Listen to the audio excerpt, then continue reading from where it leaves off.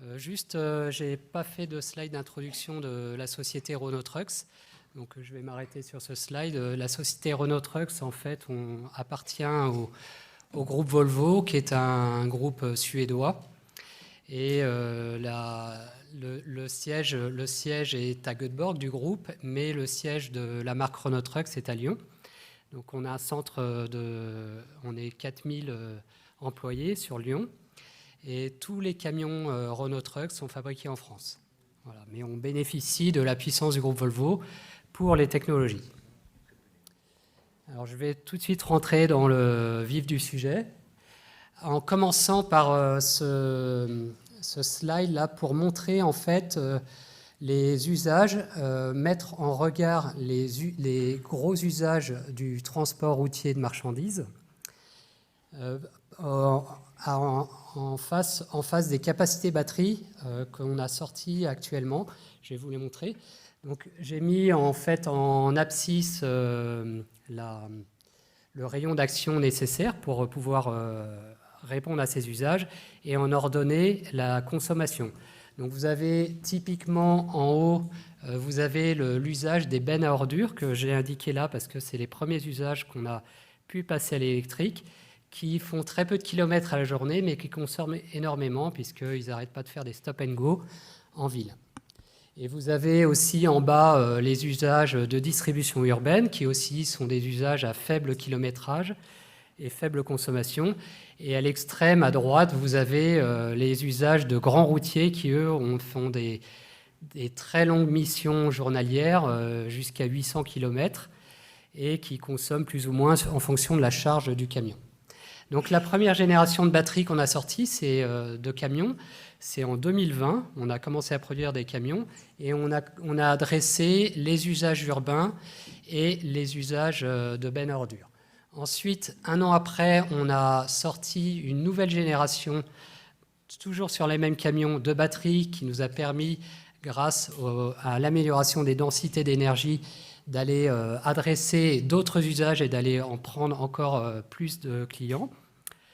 On a eu, toujours sur les mêmes tailles de batterie, mais des densités d'énergétique supérieures, on a une troisième génération qui est arrivée, c'est celle que l'on vend actuellement, qu'on a sortie en 2023. Et là, on a sorti aussi en même temps, quasiment en même temps, enfin, sur les routes en 2024. Donc on a commencé à équiper les camions routiers qu'on voit sur autoroute avec 6 packs batterie. Et là, l'année prochaine, on sort un camion qui a une autonomie environ 600 km et qui permettra d'adresser déjà le long routier. Et on compte sur la recharge publique, la recharge en itinérance, pour pouvoir aller prendre tous les usages. Donc ce que montre ce slide, c'est que finalement, dès l'année prochaine, on aura déverrouillé quasiment tous les usages avec les technologies de camions électriques. Alors, si je reviens un petit peu sur les générations de batteries que je vous ai montrées, en fait, sur le véhicule porteur, là qui est schématisé en rouge, les batteries, on a eu 3 générations de batteries et qui sont allées sur la même taille de pack. On est passé de 49 kWh à 94 kWh. Et aujourd'hui, c'est largement suffisant. On n'a pas besoin d'aller plus loin. Ensuite, donc, comme je vous disais, on a sorti donc, sur la route en 2024 les premières générations de tracteurs poids lourds électriques. Les tracteurs, c'est ceux qui tirent les semi-remorques sur autoroute. Et là, on est sur des 6 fois des packs, on appelle ça des cubes, parce que c'est la forme de cube, de 6 packs cubes de 90 kWh. Donc là, et après, je termine sur le camion qu'on sort l'année prochaine. Là, on passe carrément à 8 packs.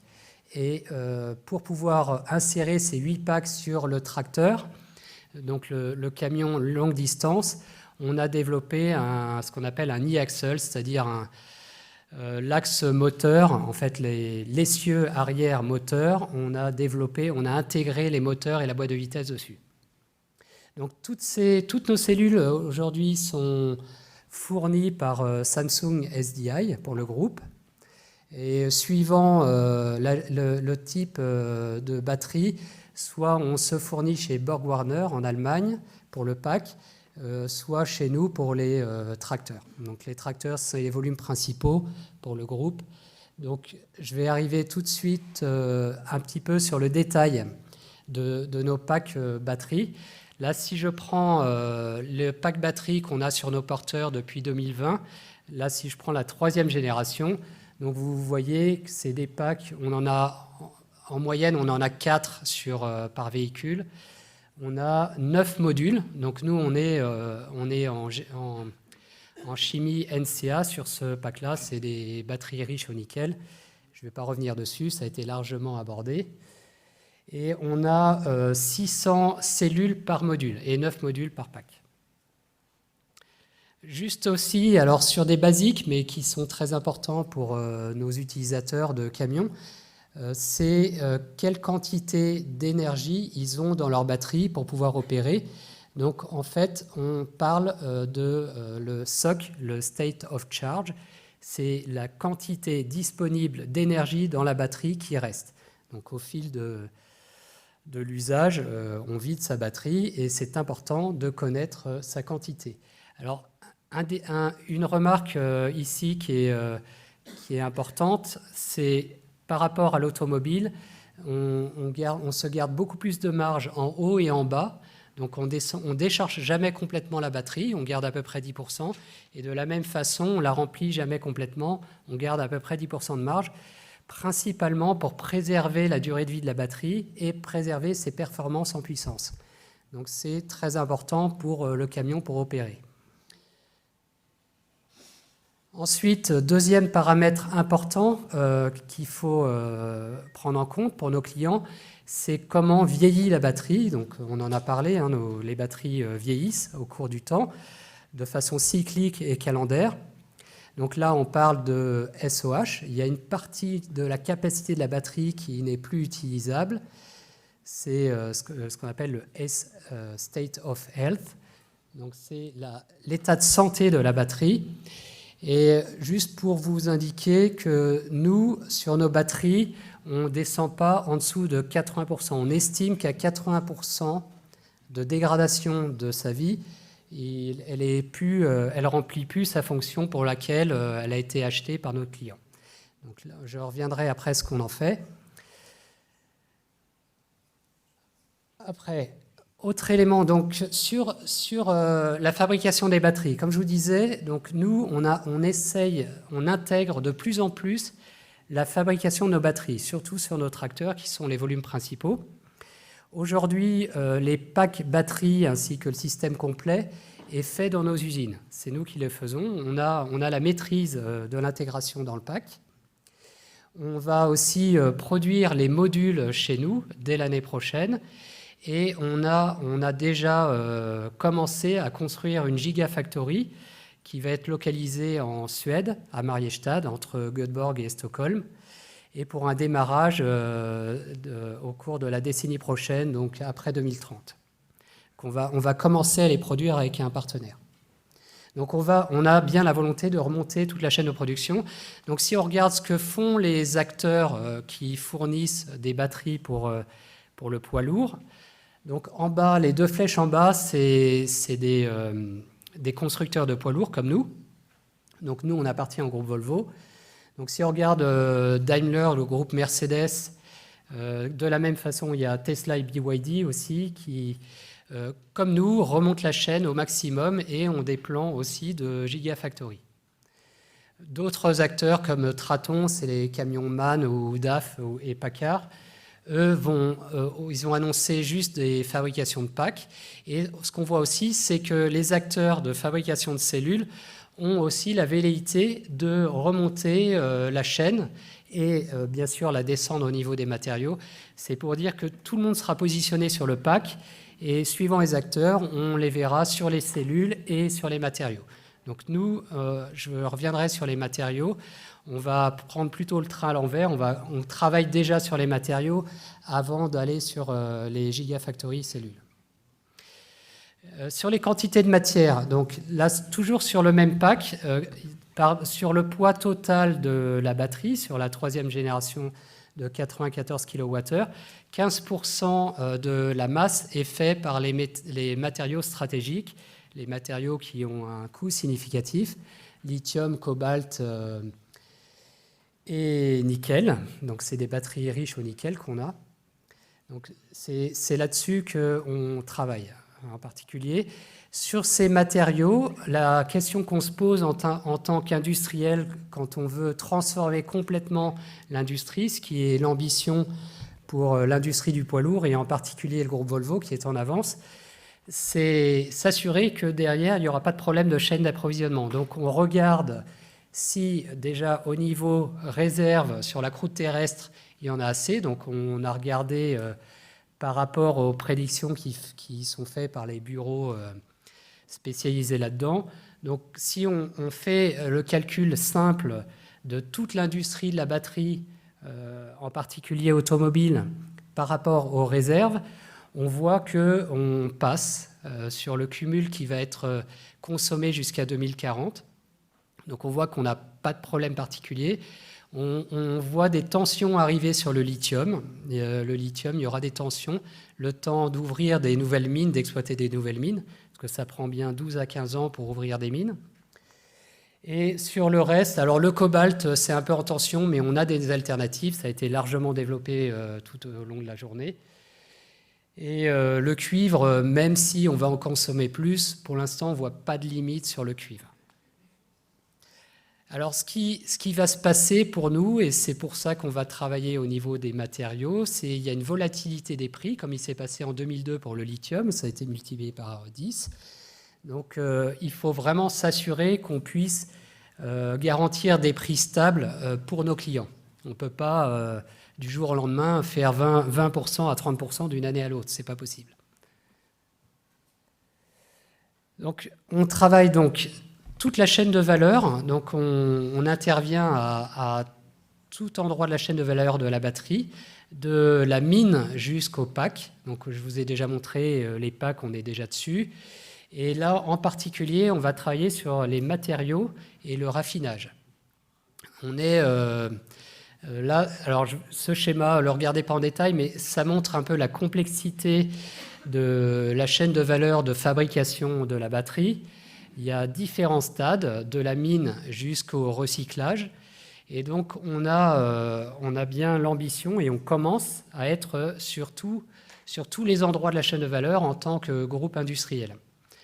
Et en particulier sur les matériaux, donc on travaille avec Samsung qui modifie leurs fournisseurs en fonction de nos demandes.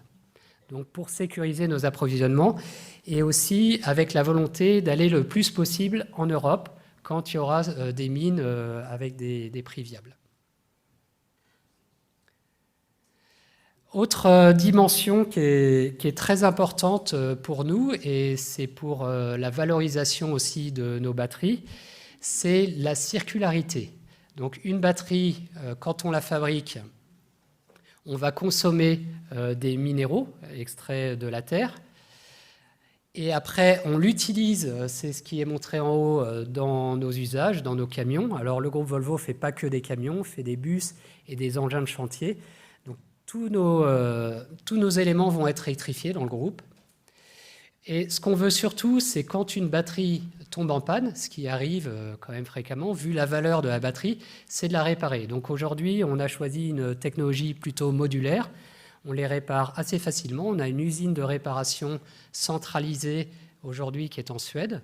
Donc quand elle tombe en panne, c'est souvent des choses assez simples, mais c'est important de la réparer au niveau du BMS ou au niveau du circuit de refroidissement. On les répare. Et on a aussi une deuxième boucle qui consiste à les revaloriser. C'est-à-dire quand on a des cellules qui dérivent, pouvoir changer les cellules. Donc là, c'est ce qu'on appelle le refurbishing, c'est-à-dire on ne jette pas une batterie qui a la majorité de ses cellules bonnes et quelques-unes mauvaises. Donc on fait aussi ça. Et le troisième élément qui est pour nous très important, c'est la gestion de la seconde vie. Parce que comme je vous disais, à 80%, on estime que l'usage n'est pas suffisamment bon pour les usages marchandises, transport de marchandises. Et donc là, on a développé une filiale qui fait du business et qui vend des BESS. Donc pour récupérer les batteries, parce qu'on est propriétaire de la batterie, c'est celui qui la met sur le marché qui est propriétaire de la batterie. Donc nos clients, ils nous retournent la batterie et derrière, on la valorise via une offre en BESS et qu'on commercialise. Donc là, on est tout au début de l'histoire, parce qu'on a encore très peu de batteries à récupérer, parce qu'on vient de les lancer en 2020, comme je vous l'ai dit. Mais il y a une très grosse unité qui se développe au sein du groupe là-dessus. Et la dernière boucle, bien sûr, c'est récupérer par la black mass les minéraux clés pour les revaloriser derrière et les réintroduire dans les fabrications batteries. Donc je vais arriver là-dessus. Derrière ce recyclage pour pouvoir récupérer les minéraux, on a une norme batterie qui est valable pour l'automobile, pas que pour le camion.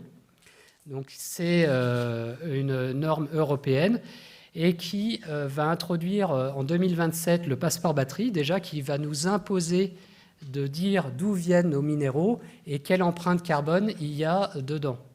Donc qu'est-ce que ça a généré comme impact. Donc ça, on va le produire. Au niveau donc ça permettra d'avoir une très bonne traçabilité des batteries. Et ensuite, il y a des échéances, notamment en 2030, où il y a une imposition qu'une batterie, à partir de 2030, devra être recyclée à un certain pourcentage. 70% en masse et 90% sur les minéraux clés et 80% sur le lithium.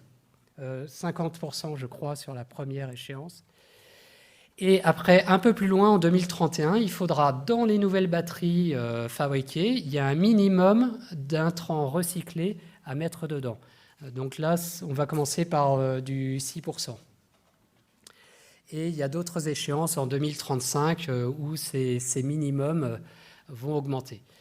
Donc tout ça pour dire qu'en fait, on est en train de se construire un stock en Europe, alors pas seulement pour le camion, mais pour l'automobile, où derrière, on va tourner le plus possible en circuit fermé avec cette masse à recycler dans les batteries qui auront fini leur vie. Alors, sur les technologies batteries pour le poids lourd, mais c'est pareil pour l'automobile, on est quasiment aligné. On a deux technologies aujourd'hui qui ont été largement développées, les technologies riches au nickel et les technologies LFP. Donc les constructeurs comme nous vont naviguer de l'une à l'autre en fonction des prix, aussi de l'approvisionnement de ces matières et des contraintes géopolitiques. Donc il y aura les deux vont subsister. Et les technologies qu'on voit apparaître, alors la première qu'on voit apparaître pour nous, alors pour des usages plutôt urbains, distribution urbaine, qui ne sont pas contraints en place, c'est des porteurs, des camions où il y a la place. Il n'y a pas beaucoup d'autonomie à avoir. On pense que le sodium-ion, on l'aura bientôt. Donc Tiamat fait partie des candidats, bien sûr. Et d'autres solutions, mais un peu plus lointaines, c'est la toux solide, qui a été largement développée, et la batterie au sulfure, et la batterie à air, qui est un peu plus lointaine, qui, on voit aussi, on continue à suivre ce qui se passe pour voir si un jour ça peut arriver sur nos applications. Ça, c'est mon dernier slide avant d'arriver sur la conclusion. C'est pour montrer que les densités d'énergie opaque, en très peu de temps, depuis 2010, cette densité d'énergie a doublé. Donc, c'est ce qui a permis à sortir notre camion 2026, qui va avoir 600 km d'autonomie.